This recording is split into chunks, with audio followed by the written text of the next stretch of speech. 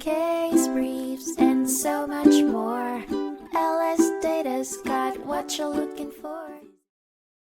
The United States Court of Appeals for the Second Circuit in 1962 heard an intriguing case, Liant Record, Inc. v. Commissioner, which revolved around property tax laws under the Internal Revenue Code of 1954. This case presented a pivotal interpretation of tax laws, focusing on whether selling a property and immediately buying another entity as a taxpayer to defer paying taxes on the profits or not.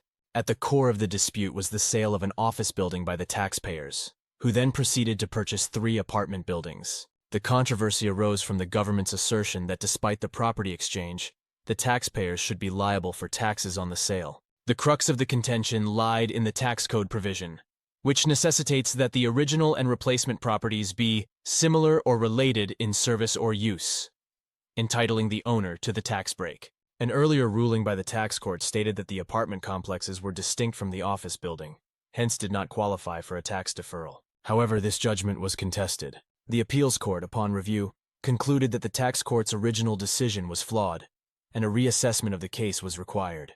In its verdict, the court emphasized the importance of considering the leasing procedures of the properties. Consequently, it was determined that the apartment buildings were indeed analogous to the office building, thus qualifying the taxpayers for postponement of the taxes to be paid.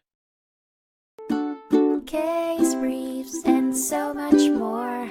LSData's got what you're looking for. Visit lsd.law, elevate your mind, leave the stress of class.